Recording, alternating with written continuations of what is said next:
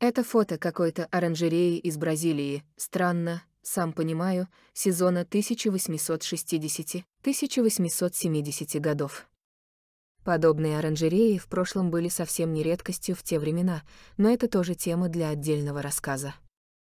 Они встречались практически во всех странах. И здесь, как и выше, интересно совсем не оранжерея, а задний план. Здесь люциферовы звезды стоят уже как символы. Хотя по архитектуре здания можно подумать, что это совсем не Бразилия, а какой-нибудь Ближний Восток. Кто захватил эту территорию и водрузил подобные символы, и главное, а что же там было в прошлом до этого захвата? Какая страна? Еще одна загадка прошлого. Но и это не все. На фото машинного зала какой-то выставки из Австралии мы видим те самые наши конструкции, но на них стоит непонятный символ.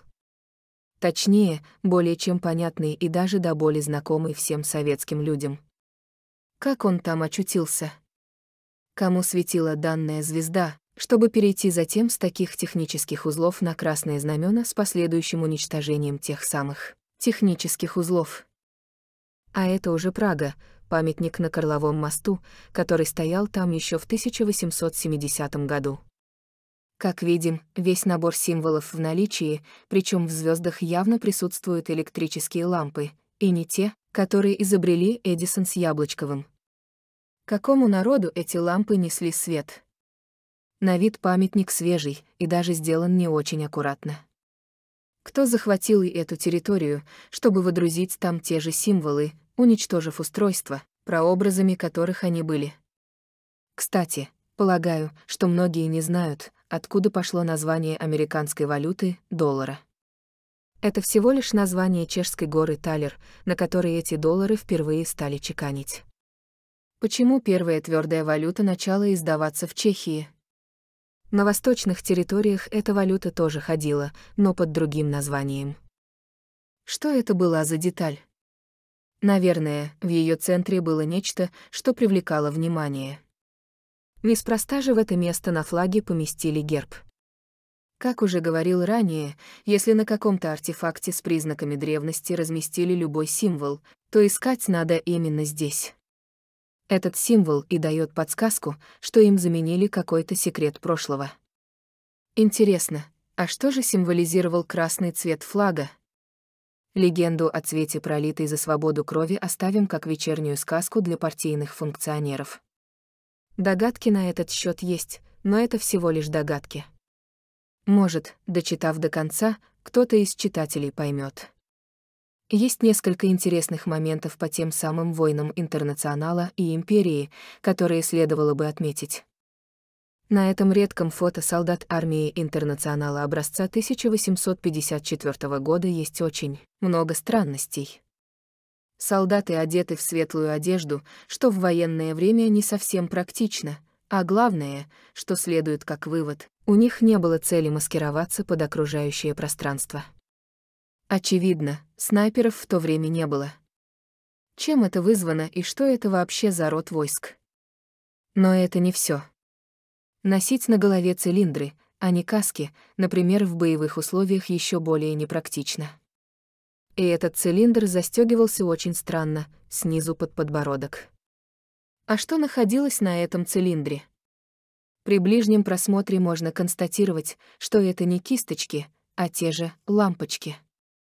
И стояла обратная цель, этих солдат должно было быть видно издалека. Зачем? Найти на фото что-то похожее удалось с очень большим трудом. Имеется ряд признаков, что данное фото является постановочным, но тем не менее версия с лампочками, причем разноцветными, только подтверждается. Но загадок меньше не становится. И чтобы их решить, рассмотрим фото одной из кампаний Интернационала против Империи, Второй опиумной войны в Китае 1860 года, так ее благородно сейчас называют. Это внешний вид форта Пихтанг, занятого союзными войсками в Китае. Несмотря на серьезность внешнего вида форта и его явную роль в этой войне, Википедия его даже не упоминает. Есть одна маленькая странность — шатры войск с определенным интервалом идут вдоль всей стены форта.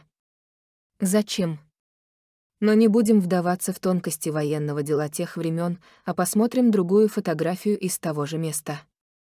Совершенно не стесняясь, архив называет это фото «Солдаты у деревянного орудия». На вид, как ни странно, орудие действительно выглядит деревянным и стянутым обручами.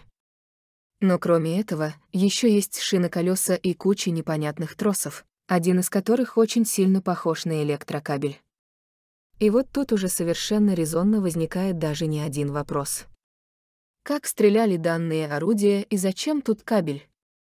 Это фото того же места, но под другим углом. И мы снова видим действительно деревянный ствол и кабели. Это явно не ошибка. Вверху возле флага стоят два шатра. Загадок становится еще больше. И еще одна деталь: на стороне союзников воюют явно азиаты. Как это все понимать? Взглянем еще на одно фото. Обратим пристальное внимание на аксельбант, про который ранее было написано очень много и у разных исследователей. Почему он уходит разными линиями в погон? Первая ассоциация сразу же выдает то, что в погоне находится та самая шина, в которую через разъемы входят наконечники аксельбантов. И если противоположные наконечники распутанного аксельбанта ввести в свободный погон следующего солдата, то получается живая цепь. Термин, кстати, распространенный. И если такая цепь выстроится возле ряда орудий, то все встает на свои места. Лампочка на головном уборе будет давать четкую индикацию того, что цепь исправна. Видимость ее будет отличной даже ночью, что в общем и требовалось.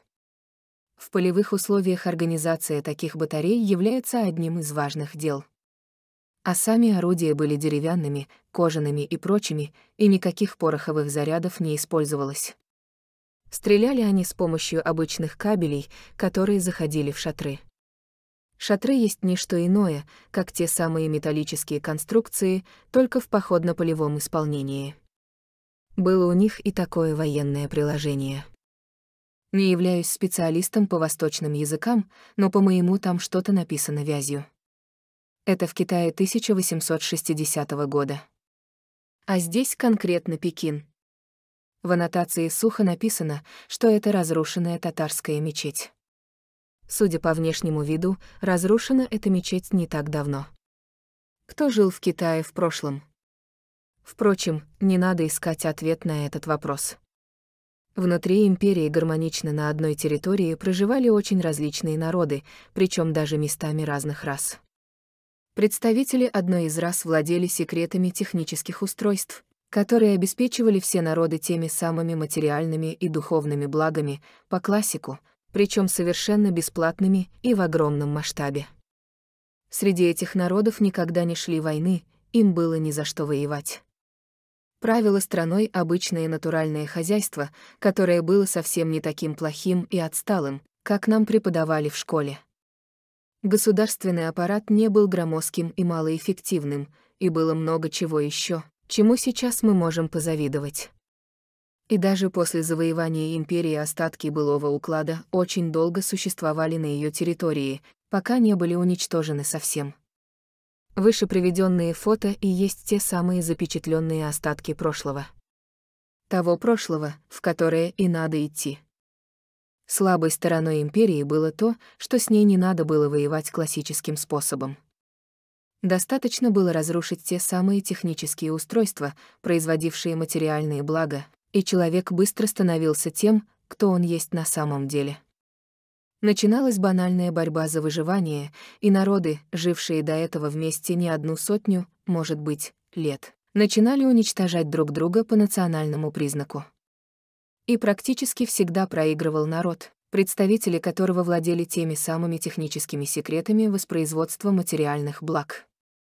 На некоторых территориях империи их просто уничтожили, как, например, на современных территориях Турции, Сирии, Ирана, Средней Азии.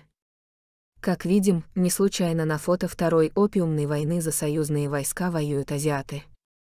И таких примеров по малопонятным и малоизвестным войнам XIX века на других континентах очень много. Как говорится, разделяй и властвуй. А технические достижения империи, как, например, эти беспроводные столбы с недавно повешенными проводами, стали быстро приспосабливать под получение дохода.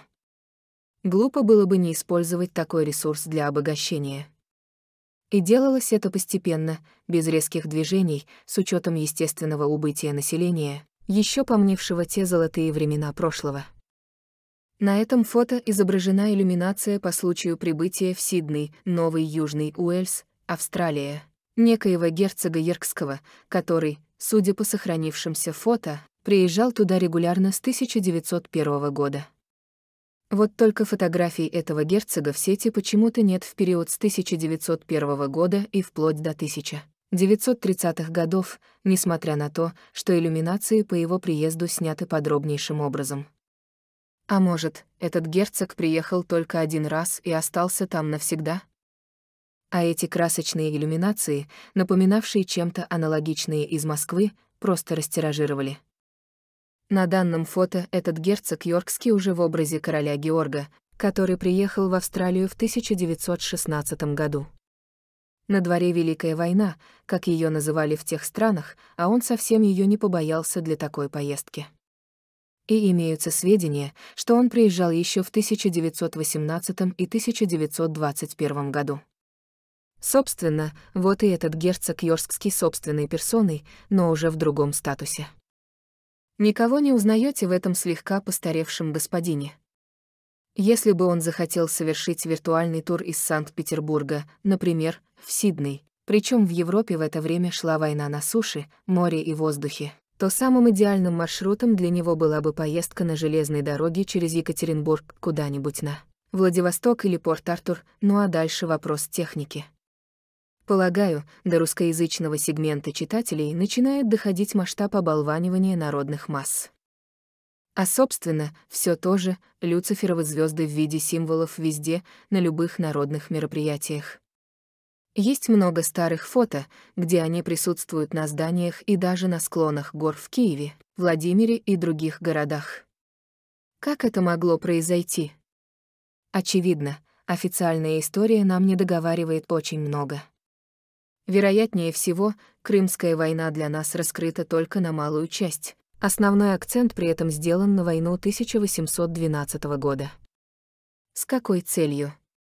Если эти события действительно хронологически разнесены и соответствуют своим датам, в чем есть совершенно доказанные сомнения многих исследователей, то можно смело заявить, что империя была именно завоевана полностью в первой половине XIX века, и именно тогда началось уничтожение всех ее технологических достижений, а где это сделать не удалось, началась массовая подмена их бутафорией.